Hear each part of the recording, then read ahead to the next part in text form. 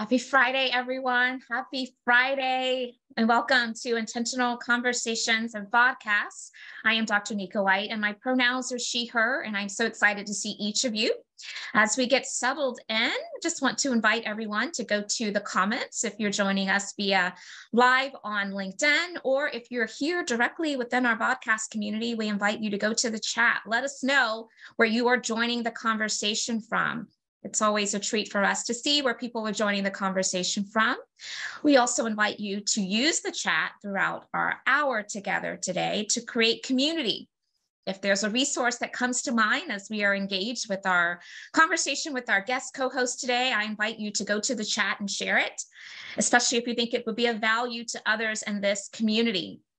If something is said that resonates with you, place it into the chat. Let us know what's coming up for you, what you're thinking.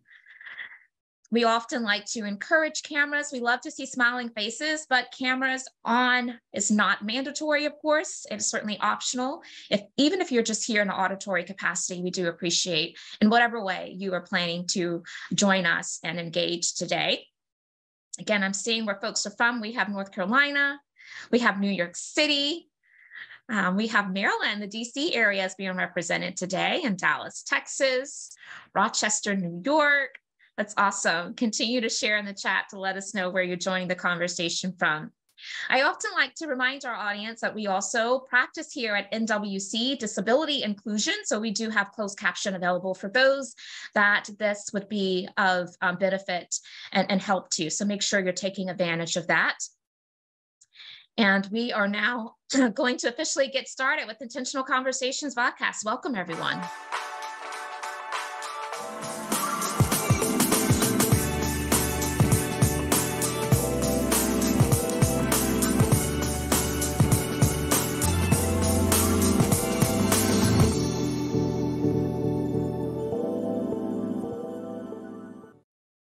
Okay, and once again, if you're just joining us, you have joined Intentional Conversations VodCast, brought to you by NWC, Nika White Consulting. We are a full-service management consulting firm where we intersect the work of diversity, equity, and inclusion with leadership and business. And this VodCast is an opportunity for us to be in conversation and community as we all deepen our understanding and knowledge and exposure and awareness of all things that fall under the broad umbrella of diversity, equity, and inclusion.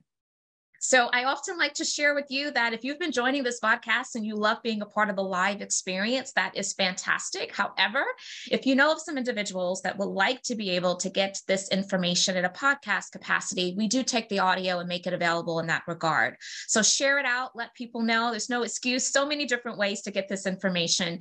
If not from the replay of the actual live podcast, then certainly check it out wherever you like to get your podcast from. Now, I am super excited to share with this community. I know that I have made you all aware of this, but I continue to be giddy as we get closer to the actual official release date, which is January of 2023, of book number 3 for me. And it is entitled Inclusion Uncomplicated. It is a transformative guide to help people simplify DEI. We're now accepting pre-orders. You can just go to Amazon. This is in partnership with my publisher, Forbes Book. And in advance, I am so grateful for your support. And I hope that you will find great nuggets once you order your book, because I'm thinking you're going to do that. And hopefully you will share it out with others that's in your network. I'd like to give you a heads up of what you can look forward to in future weeks as we close out this year with Intentional Conversations. I'll go ahead and let you know that for the month of December, we will not be offering Intentional Conversations VodCast. That's going to be a time for our team to rest and recharge, get prepared for the new year. We have some new great content that's going to be coming out in 2023. And I will tell you, we are already almost completely booked with our guest co-host for Q1 of 2023. But we do invite you, if you have some recommendations, to share with us for Q2 of 2023. And here are the dates coming up in November, where we will be back here, with the exception, of course, of 11/25, which is the holiday break for Thanksgiving. No VodCast that day.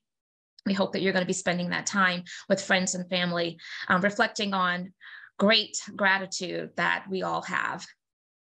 Now, it does me great pleasure to reintroduce our guest co-host for today. And I say reintroduce because before we started, Jenn and I were talking, and actually she was one of our very first Intentional Conversations VodCast guest co-host. And so it's so great to have her back now, about 2 years later. But as I normally do, I'm going to read her official bio so you can get all of the information concerning her accolades, her experience, her credentials. And then we're going to invite Jenn to just greet this audience in her own way. Jenn Tardy has been helping employers and job seekers reach their goals since 2004. Far more than a recruiting thought leader and career success coach, Jenn is on a mission to make it easy for recruiters to find, attract, engage, and hire job seekers from historically underrepresented backgrounds, ultimately helping employers to increase diversity.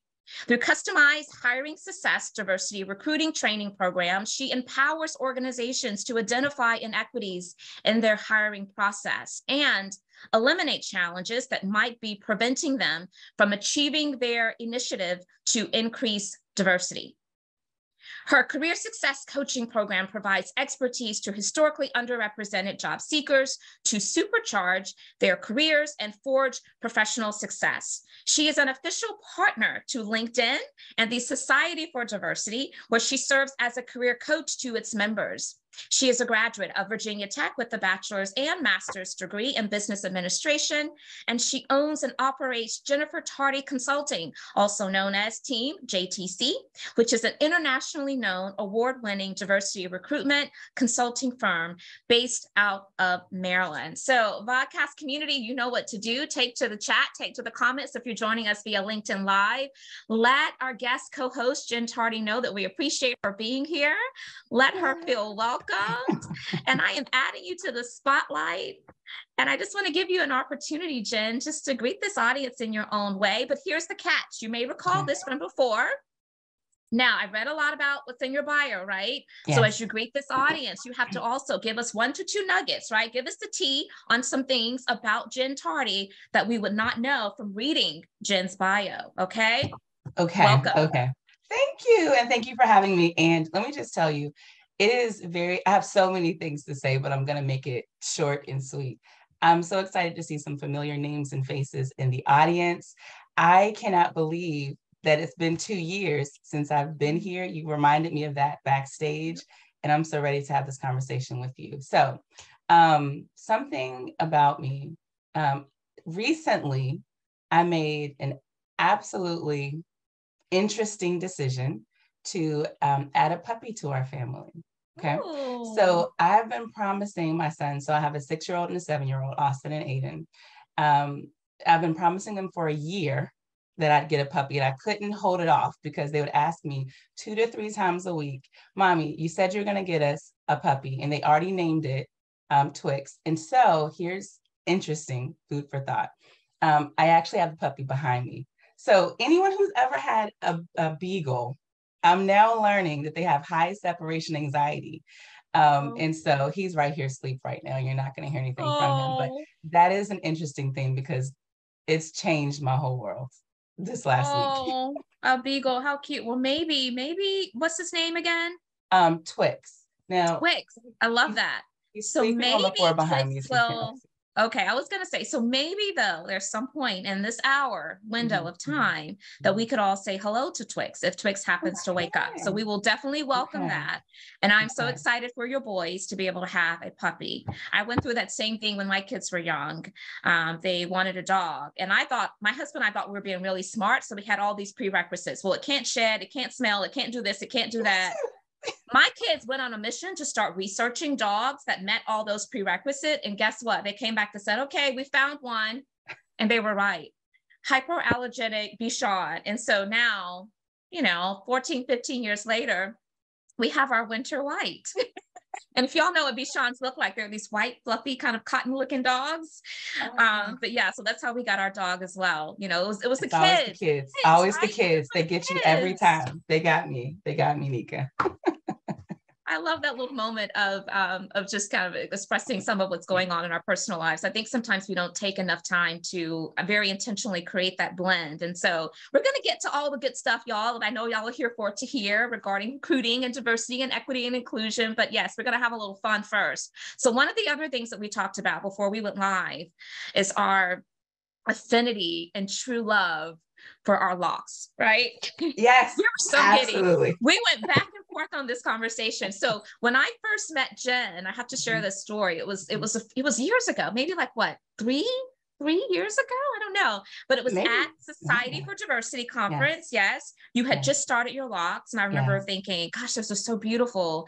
And I had it on my radar, but I was too scared to do it. I'm just going to admit I was like the permanency of it. I don't know. I'm too scared to do it. And I'm going somewhere with this. This has something to do with diversity and inclusion. It really does. Yeah. But anyway, so fast forward now, you were already on that journey and your locks are just absolutely beautiful. I'm envious of them. I have to share. I am envious of them. I'm trying to get to where you are. You will. But we talked about just how the freedom, the hair freedom, right? Yes. And it has been a life-changing situation for me. I can't share that enough, hands down. So for those of you who are like, well, what are sister locks? They're literally where you take your hair and you lock them, and locks them in all different shapes and sizes. Like yours are not sister locks, but they're locks. Yeah. And so anyway, we're educating you on some of the things that Black women certainly encounter. And now I notice locks like from afar. We were talking about how when you see people that look like you almost kind of give them the head nod, like, I see you. Yeah. I see you. Fellow Black person, I see you. So I'm like that with my sisters who wear locks. I'm like, oh, I see you, girl. Yes, you look great in those locks. Yes. But anyway, but people don't understand. I don't know until you actually go through the journey of locking your hair that you really realize just how much of an emotional journey this is, as well as the physical part of getting your hair locked. Because I, just like you, Nika, I spent years, I knew probably when I was a teenager that I wanted to lock my hair, but I always said that I'm going to lock my hair when I turn 40. Why I said that, I have no clue, because I locked my hair I think I was 32, 33 when I locked my hair, and I'm about to be 40 next month. And so, I mean, it took me so long to get to the point of saying, okay, I'm going to do this. But a lot of it, Nika, was because I was still in corporate America. Oh, and 100%. Me too. Yes, Me too. And I kept asking myself, because we have been conditioned in corporate America to a degree to see locked hair as less professional, to see natural hair as less. Now we are we're leaps and bounds evolved now, where people are like, my hair is beautiful, and I love seeing more people in corporate America. But at that time, it wasn't many conversations about this. No, not at all. Right. Not at all. And so it was an emotional journey, and I had to do it, go through the coils, the locking process, but I'm so happy that I'm here. It was an incredibly emotional journey. I remember all the conversations I had with my husband. Do you like this? Do you like that? I mean, I'm like, why am I agonizing over this? But even before that, I remember the process of becoming a loose natural was just as agonizing, right? Yes, and it had nothing to do with anything but the perceptions that I felt like I had to subscribe to. Yes. And now I'm all like, this is me. You know what? I love it. The only decision that I regret is not doing it sooner. So, that's exactly what I say too. That's exactly what I think about like the Crown Act that's really starting to make this conversation even more prevalent, because there's a lot of hair discrimination that's going on. Yes. And if you are not a part of this community, you're like, well, I don't see what the big deal is. It's because you're not a part of this community. You don't know what you have to go through. So anyway, I'll get off my soapbox, but I just had to bring that to the conversation because I felt that how appropriate for us two lock sisters to be in conversation to not talk about our locks, right? I love it. And let me just share one other thing. Please, because this is how important this conversation is for me, that whenever I'm doing workshops now, at toward the very end of the workshop, after we've talked about increasing diversity, the hurdles that people face when they're trying to get new jobs, especially from historically underrepresented groups, one of the things that I'll say is, I'll look at the audience and I'll say, you all, I love my locked hair. And it took me a long time to get to this place. But can you believe that there are still people out there that could look at my locks and say that's unprofessional, and so she's not going to be hired? Can you see the new, like how just crazy it is to believe that someone's hair is an indication of whether or not they have the knowledge, skills, and abilities to get the job done. And they'll see it. And It's that's one of the first crazy. times the blinders are coming off. Yeah. It is crazy. I remember when I first, I remember pinning a letter and I put it on social media. This was years ago. I was a loose natural at this time, but it was really a love letter to my natural hair. And I apologized to my natural hair. And I said, I will never again not take you into the boardroom, onto a stage. I mean, literally I did. And so every so often I will pull that out. I wish I could find it. I got placed into the chat, but so many people commented on it. And you know what was more liberating than anything? Were the women that contacted me to say, Nika, I never would wear my natural hair until I started seeing you wear your natural hair. And then I was like, Nika, if you could do it, then I can do it. Yes. And I felt, oh my gosh. Yes. That is how big this is. But that, Nika, look, this is why representation matters. This is why representation matters. It's in those moments where someone else says, because I saw you, then I can. Because you did, I can. It's a beautiful thing. I know. Okay, so 15 minutes later, but thank y'all for giving us that liberty because it was so needed. That's a whole It was so word. needed. It was a gift, if nothing else, for Jenn and I. And so we appreciate that. Okay, so let's jump in. One of the things that I am so excited about, and we're going to talk about it as well as a lot of things, but it's this LEQ tool that you have developed. Lived experience. And I know that you and I have talked about it before because I was so intrigued by it. I write for entrepreneurs. So one of my articles, and actually I'm going to have my teammates to place it into the chat. It talked about that as a really important way of sustaining this work of DEI, understanding the importance of lived experiences. And so I want you to share with this audience, what was the impetus for you coming up with the LEQ model? What is it exactly? And just unpack it for us a little bit. Absolutely. So for anyone who knows me, or for those who don't, the lane that we stay in at JTC is all around increasing diversity. And so it's about recruiting and retention because it requires both in order to increase diversity within an organization. And I geek out over this stuff. I'm that person that I'll just go and study things just for the sake of studying it, all because it's going to help people to understand how to increase diversity within the organization. Now, one of the places that I kept hitting a roadblock around is this idea of, okay, now we all know as a society that there are benefits. There's data around benefits to increasing diversity. It increases global competitiveness. It adds to the bottom line. Like there's just data upon data that talks about it. But I'm that person that says, but how, right? But how does that work? How does increasing representation in my organization create more competitiveness for a company? What is that it factor? And so with the more research we started doing as a team, and it wasn't even just Jennifer alone, we actually brought together an advisory board to talk about this as well, that we began unpacking this idea of lived experience. But more specifically than that is the idea of lived experience intelligence. Because right now we just see it as we all have varying lived experiences and we all understand that. But there is an intelligence that comes out of these experiences that allows us to perceive the world differently. And it's through these varying perceptions of the world and perspectives that if we do this correctly within our organizations, we can catch each other's blind spots, right?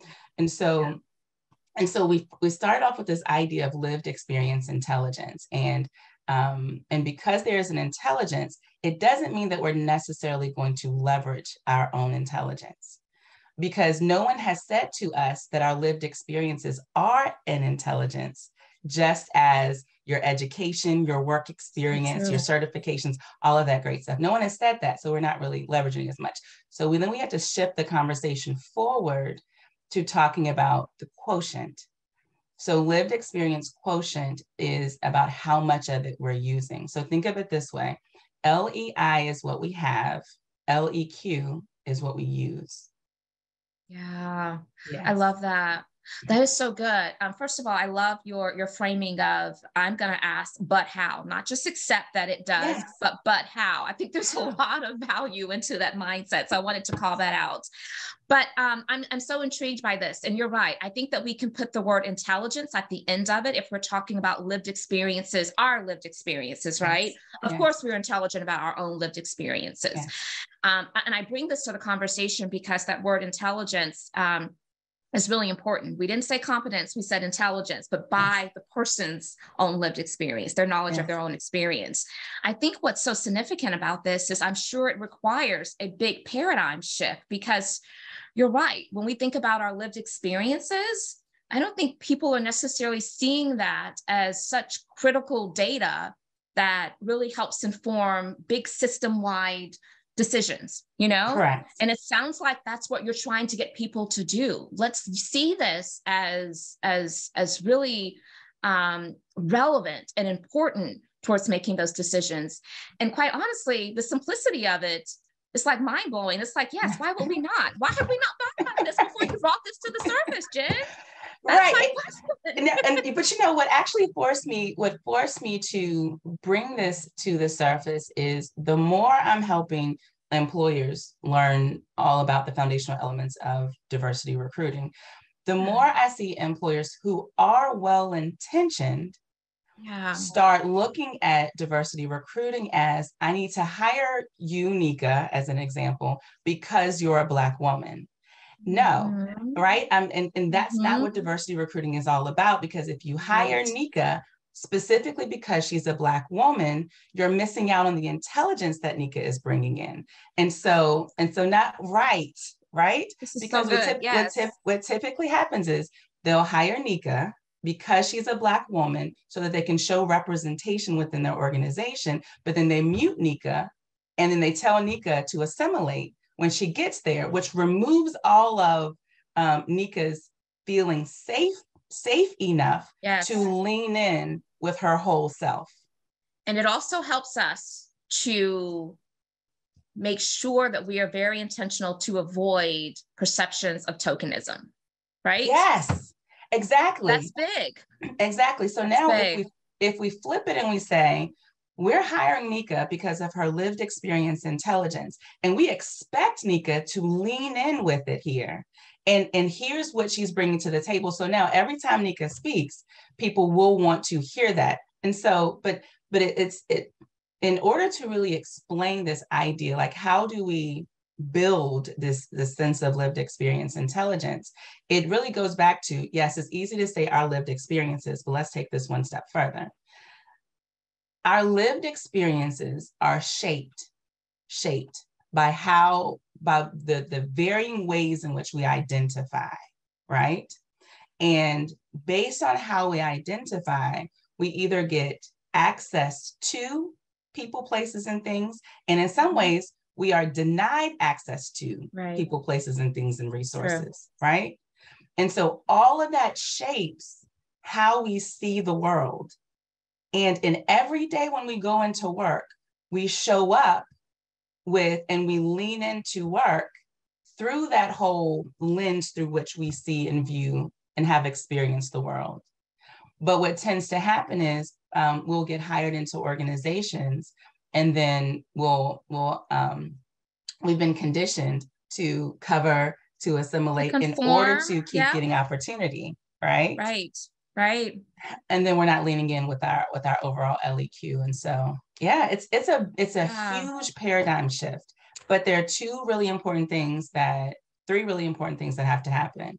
One is the individual, the person, has to opt in to using their LEQ. The organization has to tap in to the available LEQ, and it requires an inclusive environment. In other words, it requires a safe environment to be able to bring your whole self to work.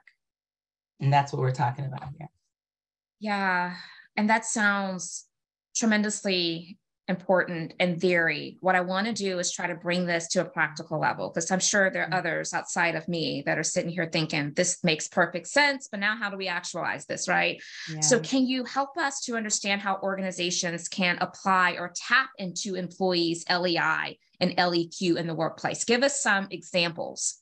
Yes. But one of the first things that I do want to repeat again, because there are a lot of organizations out there that say, okay, if I just follow this checklist, then we're doing everything we need to do. But it requires inclusion, because you cannot ask your employees to lean in with their LEQ, because in many environments, it just doesn't feel safe overall. So here's some. There's a prerequisite. I think that's important to amplify. Thank you, Jenn. Yes, thank you. And so some examples are when you're creating your job description, and you're saying this position has these basic qualifications. And one, for example, is you need to have this number of years of experience, and you need to have this degree, for example. Can a person's LEQ shape whether or not you actually have to have a degree or have to have as many years of experience? Because if I'm also leaning in, if I'm leaning in with my LEQ, then why isn't it a basic requirement, right? Yeah. Another way of thinking about leaning in with LEQ is I'm thinking about the full employee life cycle. And so think about a person's onboarding experience and how organizations will sometimes send out company announcements that this person has been hired because they're bringing these knowledge, skills, and abilities. Why not also talk about the lived experience intelligence that they're bringing into the organization as well, too, right? Another way to embed it is when you join the team, people are the people on the team are understanding the intelligence that you're bringing to the team, specifically how it connects to the customers that your organization has, needs, or wants, right? So if you bring Jennifer onto your team, and you know that you're trying to attract a whole new pool of customers who have similar lived experiences to Jennifer, then if you're saying to me, Jenn, I want you to go on this project team, and my expectations are that you're leaning in with your own intelligence too. So those are just different ways that you can begin sort of actualizing it within your organization. I love that. Great and practical examples. Yeah. So sometimes we just have to don't try to overcomplicate it. Let's simplify it. And you're right. I mean, I love the idea of this is, who's joining the team and they have XYZ experience, but then also add in some of that lived experience as well. It's important. I think it's also a way of asking, what are some of the intersecting identities or lived experiences that shapes how you show up to this work? That's a question that we ask a lot, especially of like our guest co-host. And even as we are courting different, potential colleagues to join our team. So I'm loving this conversation.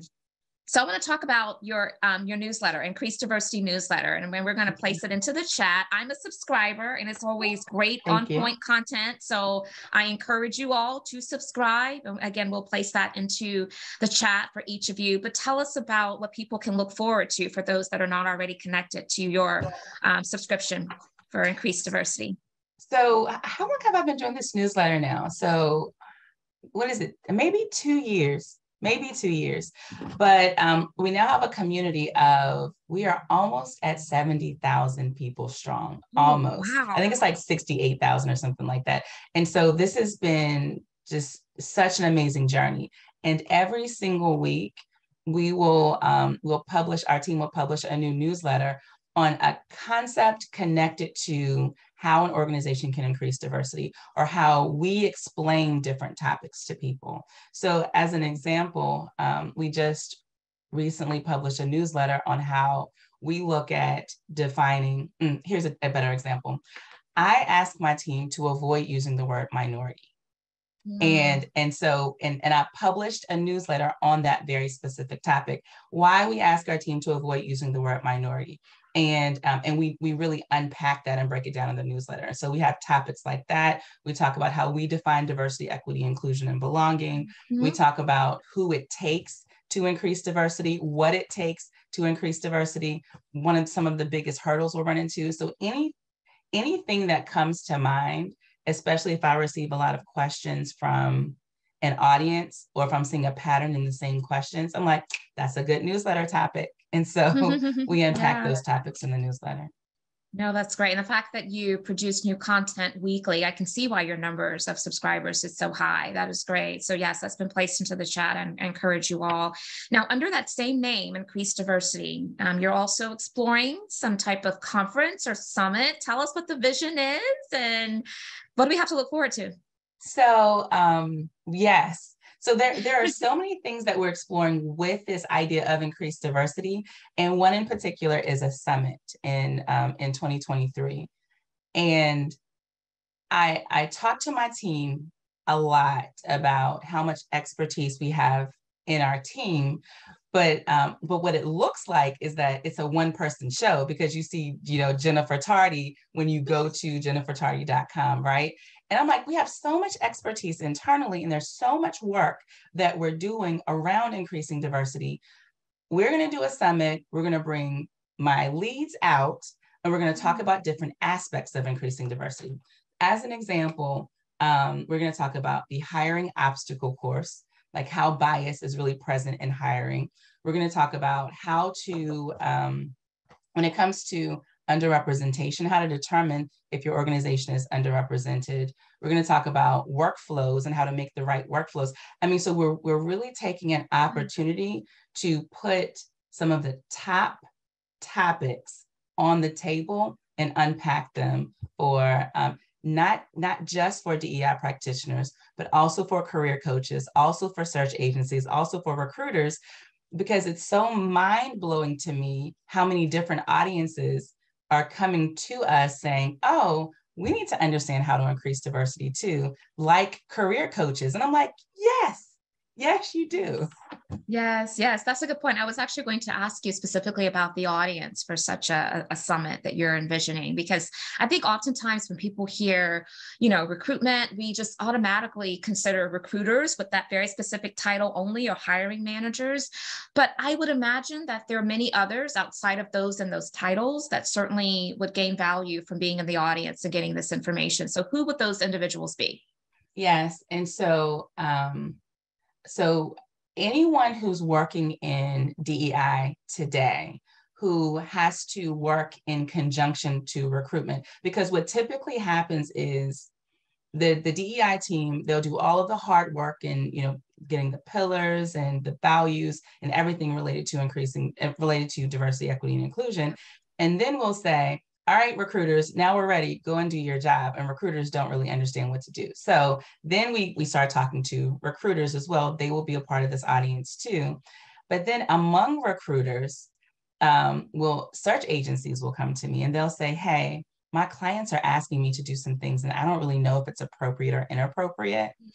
Come on in, search agencies. And then what I was saying before about career coaches, because there are career counselors on campuses that are working with students who are about to go and get jobs. And the hiring process is different for people from historically underrepresented backgrounds. And if we're not working with them to help them to understand the obstacles and the hurdles that they're going to face, then it's going to be challenging. So we're inviting career coaches to come to this conversation as well too. Yeah, and I would venture to say, Jenn, and correct me if you have a different perspective here, but the same way that I see diversity, equity, and inclusion belonging to everybody, being a part of everybody's role, I also think that recruiting is in that same kind of light, that may not be specifically in your job description, but always being a good ambassador to represent the organization well and to look out for great talent, especially talent that's underrepresented, to be able to be in the consideration set is something that everyone should be doing. So what's your reflection on that? Nika, you're going to have me standing on my seat in a second. If I didn't think it would wake my puppy up. Increasing diversity is everyone's responsibility. Now, there are people that I do say that you are on the front lines of increasing diversity. So on the front lines include recruiters, hiring managers, and those who are on the interview team as well. You're on the front lines of increasing diversity, but increasing diversity is everyone's responsibility. And let me just give you a great example. One of the articles that I wrote a while ago in the Increased Diversity newsletter was, the question was, how do I increase diversity among Black women? And the reason why I had that title is because at the end of an interview that I did with Fairy Godboss a couple of years ago, she asked that specific question. She said, Jenn, if organizations out here want to know how do we increase diversity among Black women, what would you tell them? And then I said, one of the first things that I would do if I were the CEO of an organization working to increase diversity among Black women is I would have a conversation with my entire staff about the importance of increasing diversity in your personal networks. Yes. Right? Yes. Because what tends to happen is there are organizations that have robust referral programs, and then they'll say, hey, you know, we have these open positions, help us through referrals. But then what tends to happen is when employees go and look at their networks, my question to the audience would be, of the 5 people you spend most of your time with, how many of them are Black women? Okay, fine, no judgment. But of the 5 people your closest network spends the most of their time with, how many of them are Black women? And then you begin to see the biggest issue with increasing diversity through a referral program. Increasing diversity at the professional level starts at the personal level too. Absolutely. I love that. Expand your network, you know, take inventory of who's in your circle, right? We're creatures of habit. We gravitate to people who are like us. And so if there are certain communities that are not represented within the work environment, we need to with great specificity name that too. That's something else that I find to be a challenge. You know, we can say we want to increase diversity, we need more diversity, but sometimes we don't take it deeper to be very clear about what are we saying when we say diversity. You know, Nika, are you reading my diary? So let me just. I am, but I'm like, if you need more Black men, then say that. If you need more Latinas, then say that. You know, if you need more people from the LGBTQ plus community, then say that. Don't be afraid. And I feel like maybe people they think that I'm going to be excluding maybe others if I lean towards that. But I believe that's where the context of the data. If that's an underrepresented group, then communicate that need with specificity, with also aligning it to the data. Is that what you're showing right now? Yes. And what tends to happen, and this is what I say whenever I'm training recruiters, is that when you're in an organization that says, hey, recruiters, we're now ready to increase diversity, go out and do your job. If you're not specific, what tends to happen historically, the group that benefits from that language is typically white women when it comes to increasing diversity. So you have to be very specific when you're talking to your recruiters and saying, hey, recruiters, per our data, here's where we're underrepresented. Yes.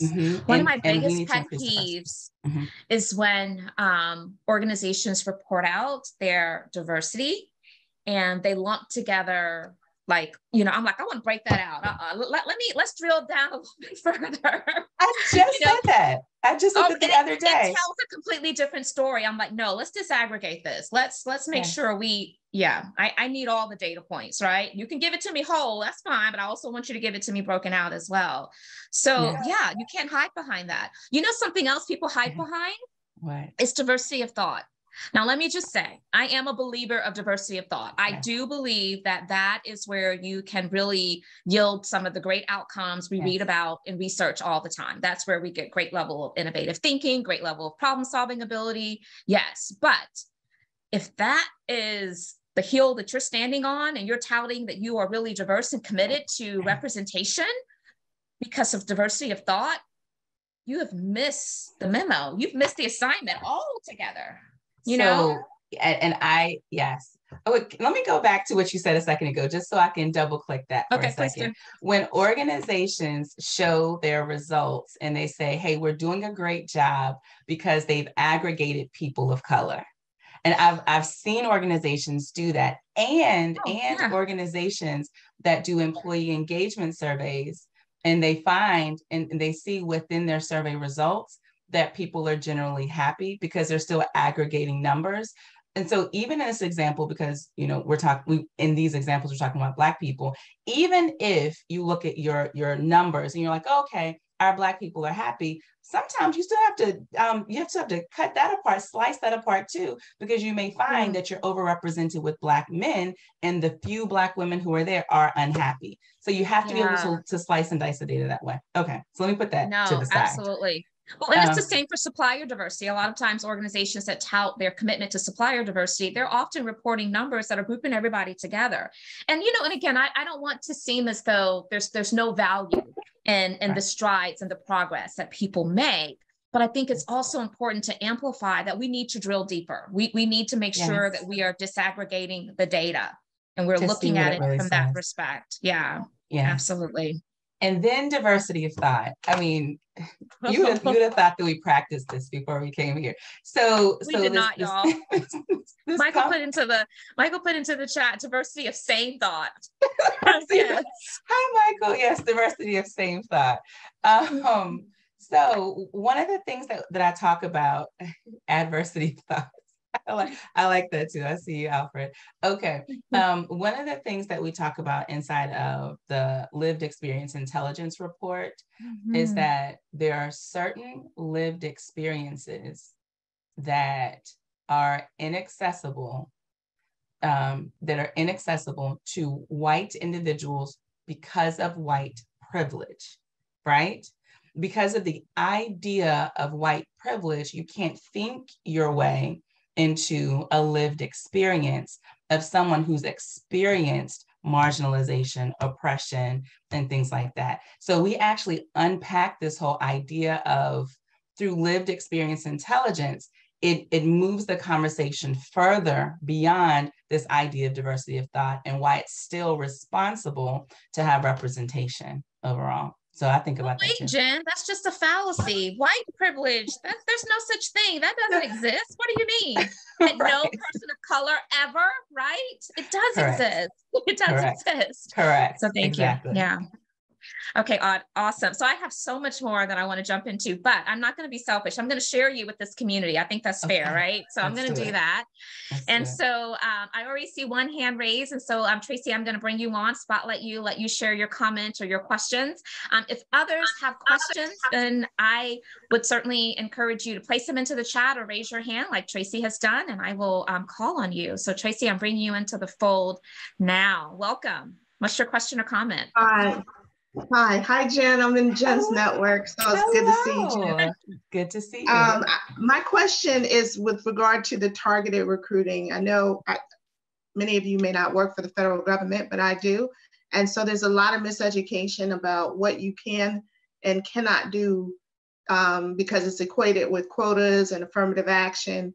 And so when you're targeting certain groups, there's like a zero-sum game where people feel like somebody else is going to miss out on opportunities. Or if it somehow shows up in an EEO complaint, the agency feels like it's going to be susceptible to more EEO complaints because now you're leaving out other groups. So I just wanted to know, how do you prepare the clients that you work with, educate them about, no, this is not affirmative action. This is what we need to do in order to sustain diversity. An amazing question. And we tend to talk about this a lot inside of our trainings. And one of the first things that I have to do is sort of separate the roles between the recruiter and the hiring manager. The responsibility, a recruiter is accountable for increasing diversity, ensuring that there's diversity within the candidate pool, okay? Ensuring that a candidate pool is well represented. A hiring manager, there's no business reason for a hiring manager, especially when you have a team of recruiters, to know the demographics of the candidate pool, because it is the responsibility of the hiring manager and the hiring team to hire the most competitive person. The challenge is, in order to get there, this hiring team, they have to remove all of their biases, right? So that's the ideal scenario. So there's no quotas, goals, affirmative action, any of that when a recruiter is doing what they need to do, which is making sure that you have a well-represented candidate pool. And so I could go further, but I think that answers your question. Does that help, Tracy? Perfect. Yeah, I'll just jump in on this too. I spot on with your comments there, Jenn. You know, I always say, hands down, you hire the best person for the job. No questions asked. Hire the best person for the job. Where organizations tend to fall down on the game is the lack of rigor and due diligence in creating those diverse applicant pools upon which you hire the best person for the job. So precisely what you said is the answer to it. is the answer to it. So yeah. And we have to remember that bias shows up not just in people, but also in processes. So how are we eliminating the bias in processes to make sure that, again, we have a solid foundation upon which and those hiring managers can do their job and do their job well to yield the outcomes we're seeking. So thank you so much for being here, Tracy. Appreciate your question. Can I add another? Of course you can. I hope I didn't forget what I was about to say. I hope you didn't either. We were talking about hiring the best person for the job. Yes, thank you. Okay, You reminded me. Yes, I share with audiences often that the biggest barrier we face to increasing diversity is our perception, is our biased perception of who is and who is not qualified, who is qualified and who's not qualified. And so, yes, the very first part, I completely agree. We have to have a well-represented candidate pool, but we also have to solve this challenge of the lens through which we see who is and who isn't qualified, because we get stuck in things like professionalism bias, pedigree bias, there are biases for some hiring managers on where you worked last. If you worked at this company, then you're not qualified to work at my job. Are you kidding me? There are some very competitive people who are leaving organizations because they're like, I recognize this organization isn't the right organization, and now I'm trying to come over to you. And so we have to work through that as well too. Yeah. How are we defining what qualified looks like? Yes. How are we defining that? That is so good. Okay. I'm seeing some hands up. So I'm going to go to Alfred next. Thanks for joining us. I'm adding you to the spotlight. Please present your question or your comments. Yeah, I'm staying off camera because I'm pretty under the weather. And I just rushed back from my son at the doctor's to hear one of my favorite people. So sorry to be half hour late. Nika, I met Alfred at the same time I met you too, I believe. I think I met both of you at the same conference. I probably met you too, Alfred. Yeah, that's where I met you. You were presenting, both of you. Full circle moment. Thank you. I just have supported this community for, week after week. And so full circle moment. That is great. Well, we're glad you're here, great even people though you're not on camera. Absolutely. Awesome. Well, a few things. I had a question, but I just based on the last two things that were said, it's interesting how there's the who's qualified and then the right fit, pervasive cloud above everyone's head. And you've spoken to it at times, Jenn, where there's an interview and then people get very subjective, objective. They go off script or what are the qualifications for the job, and it's more how they're feeling about the individual. But that wasn't my question. It was about how do you strategically, and you may have mentioned it already, how do you strategically utilize ERGs to tap into them telling you what's really going on, and also encouraging the client to use them in the process? Great question. This audience, y'all come with some good questions early in the morning. Okay, I love it. So, Alfred, as a matter of fact, we have an increased diversity toolbox, and we just created a whole guide around how recruiters can partner with ERGs in order to increase diversity. But one of the disclaimers that I give is that it has to be a mutually beneficial partnership. Otherwise, your ERG members will again feel tokenized and used and uncompensated or unincentivized to do this work. And so I also, a part of it is starting the partnership at the leadership level. Your head of recruiting and whoever's running the ERGs or the DEI person, they need to work on a partnership first. And then I like to assign recruiters to ERGs, right? So one recruiter would be a part of one ERG, where not only are they sharing information on what's happening in recruiting every month, but they're also supporting that ERG as well. And in turn, they're showing ERG members that if you want to support increasing diversity, here's what that looks like. You're asking, you're listening to their voices, and you're listening to what events and places they're also recommending too. So it has to be a mutually beneficial relationship. But yes, partnerships are not only valuable, I always recommend it in a strategy to increase diversity. Did that help? Yes, it did. And you made such a great point. We don't want them to be doing free labor.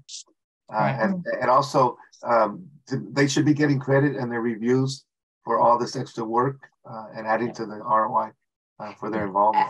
As a matter of fact, if you can show one of the best benefits, if I'm an ERG member and you can show how now I can add this partnership to my internal resume, that's going to help me be more promotable. That's an incentive. Incentives don't always have to be monetary, but if they can help me get to the next level or reach my own career goals as an individual, then that's a great incentive too. Yeah, that is so true. But I do want to, because I'm on this kick of amplifying for financial compensation for these ERG leaders, because what they bring to the organization is significant. They are business-centric outcomes that they're bringing to the organization, and that deserves compensation. So that's my soapbox, and I'm going to continue to stay on it as long as I can. Okay, so we have about 10 minutes left. I want to try to get as many additional questions in as I can. If you are joining us LinkedIn Live, certainly put your questions into the comments. The team is watching that, and they'll bring it into our direct conversation here. So Yolanda, I'm going to give you an opportunity to join the conversation. And so thanks for being here. Feel free to correct me if I pronounce your name incorrectly. I don't know if it's Yolanda or Yolanda. Let me know. Hi, ladies. It's Yolanda. Yolanda. Okay, great. Thank you. My first experience with you both, and it won't be my last. I'm enjoying every moment of this. So I am responsible for recruitment and retention at a small PR firm. What I'm finding is the PR field lacks diversity just holistically across the board. So my question really becomes, what are some best places to scour when looking for people to fill our positions? I mean, I'm all over LinkedIn. I have a recruiter account, and we post in specific job boards and places, but are there any good places to look for diverse candidates? So there are two ways of thinking about this, right? And I've actually partnered with, I think, the PR Council in the past. So I have too. That's what I was thinking too. Yeah. So now, so there are two ways of thinking about this. On one end, one of the challenges that I find organizations are experiencing is who is among their talent pool. And what tends to happen with an organization is that they think that if you're only a part of my talent pool, if you're a part of the industry. And what we have to begin to broaden this idea of who our talent competitors are.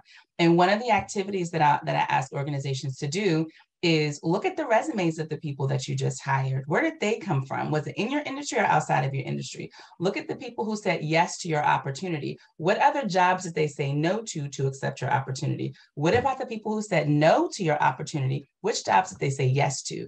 Because I want you to have a clear idea of who your talent competitors are that may be outside of your industry, and use that data to shift the mindset of your hiring managers who are like, I only want you to hire within our industry. Number one. Number two, the second thing that I share with recruiters quite often is that once you know areas where you're underrepresented, I'm all about the data. Thank you. You are too, Michael, right? The second thing that I want you to do is once you have a better idea of in which areas are you underrepresented, as you're thinking about your sourcing strategy, also post your positions and engage in spaces that are overrepresented in areas where you're underrepresented. I know that you asked your question because you're looking for specific silver bullets, but what I'm trying to do is broaden the mindset of giving you 15 other ideas versus one idea. This is great. Can I just share one other thing, one bonus, because now you have me on my soapbox too. Well, one of the things that I recommend to organizations is this idea of a boomerang program if you haven't tried it before. There are many people who have worked in our organizations over time who, for whatever reason, may have left because they believe that the grass was greener on the other side. And then they go over to the other side and they realize the grass isn't greener, but they're afraid to say, hey, can I come back over there? What about an invitation to them? What about the people who declined your job offer and putting a note on your calendar 3 to 6 months from now just to check in? What if everybody within your organization thought of one amazing person they used to work with at a previous company and sent an invitation out to that one person to say, hey, come and apply to our open opportunities here? Can you imagine how you can really increase the candidate pool from that standpoint? That's amazing. I hope that was helpful. So helpful. Thank you so much. Perfect. Yeah, I was once a boomerang, and it worked out in my favor. Right. Yeah, right. Lots of boomerangs. Yeah, yeah. But I love what you shared, Jenn, about, again, it goes back to what you said earlier, which is how are we defining being qualified? Sometimes we are too narrow focused on industry specific language that allows us to feel like, yes, this person is it, they can do the work. Right. But my background is marketing communications, so I know the whole PR world, and I understand, the intricacies of how it's not well represented. And I remember when I was in that industry, one of the ththings that I led a lot of leaders around was, how do we create the exposure opportunities? Because sometimes people don't even know that's a career path that they should have on their radar, right? Yes. They're like, PR, what is that exactly? Do you like to write? Do you like to communicate? Do you like to research? I mean, and so sometimes even reframing it in a way to where people can then see themselves as, well, yes, I should be interested in this. I should apply for these opportunities is important as well. So thank you so much, Yolanda, for being here and sharing your question. Nika, that's a very big deal what you just said, because it's this whole idea of signaling. Like through your job descriptions, who are you signaling belongs at your company? Because, we may grow up, and I remember I was doing it. Someone wanted to partner with me once who was talking about Black women surfboarding. And she was like, Black women do go surfing, but, we don't grow up seeing enough representation that we count ourselves out of this idea of surfboarding, or just different industries as well, too. So sometimes you actually have to say, we are underrepresented in this area. I want you to see yourself here. Right. And oh, by the way, if you have any great referrals, let us know. Yeah, true story. Playing off of what I just mentioned, when I was in the advertising, marketing, communications industry, we launched this program that caused us to go into high schools to say, what do you know about advertising? What do you know about marketing, communications? What do you know about PR? And we had to talk about it as, you're branding right now for Nike. I see your Nikes that you have on, because people weren't able to really connect the dots. And there are true stories right now where I still keep in touch with beautiful professionals of color that are in this space that were introduced to that industry because of that minority high school program, where we went into the schools to say, think about this, right? So it starts early, and I realize it's not something that's going to solve it right away, but we have to be very creative and innovative in our approach to, are we looking for a quick fix, or are we also looking to really build up something that can be sustainable for the long term? And those are the types of ways I think we can sustain those situations where we're finding certain markets being grossly underrepresented by professionals of color. So yeah, this is great. Okay, so we have 3 minutes left, Jenn, and I'm sure we could probably go on and on. I know this has been such a good conversation. We've gone from sister-in-laws to, the gamut, right? But what I do want to give you an opportunity to talk about is your relationship with LinkedIn. I mentioned that as I was reading your bio. I think that's such a tremendous opportunity for you. And I want people to know, how can they tap that? What are the ways in which you are directly supporting through a coaching component through your partnership with LinkedIn? So I've been working with LinkedIn since about 2017, and LinkedIn has like different beta programs sometimes where they'll ask us to come in and try out different tools. But one of the things that they're working on right now is around like the LinkedIn audios. And so sometimes we'll do LinkedIn audio events that way. LinkedIn has a group called it's Premium Career Coaching. So if you're a premium member and you join that group, you can see different coaching materials and tools there too. But the biggest part of the partnership is all the behind the scenes beta testing. We also have a Diversity Recruiter Central LinkedIn group too that we manage that way. And then the work that we're doing with the Society for Diversity, we do that through LinkedIn too.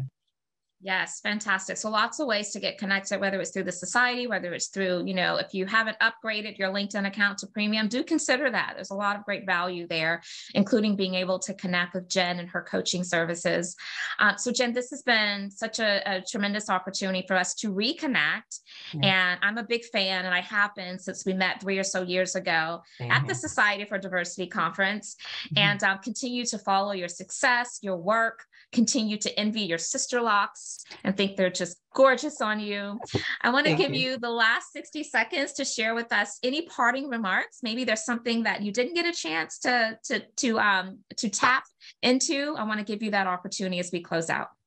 One of the things that I appreciate is with you and me, Nika, is that we have the type of relationship where it's like, you're awesome. No, you're awesome. No, you're awesome. No, you're awesome. And I truly believe that everyone should have somebody in their network, or many people in their network, where you can have that type of relationship and thought partnership. It's really important, especially if you're doing the work of DEI, because it can be very exhausting, very emotionally draining, but we have good work to do. The only other thing that I'll say connected to what we've been talking about today is that I really believe in this work of increasing diversity. I really believe that it is possible. We just need more organizations to get connected to the immersive levels of training that it takes to do this work effectively. So if I can be of support, just reach out to us at jennifertardy.com, and we can go from there. jennifertardy.com. That's fantastic. Thank you so much. And there's so much alignment that we have to find some additional ways that we can collaborate, because I am vibing with you very much so. Thank you to each of you for joining us today. If you found this conversation to be useful and helpful, and share it out, let folks know they can get it on a podcast or they can catch the replay.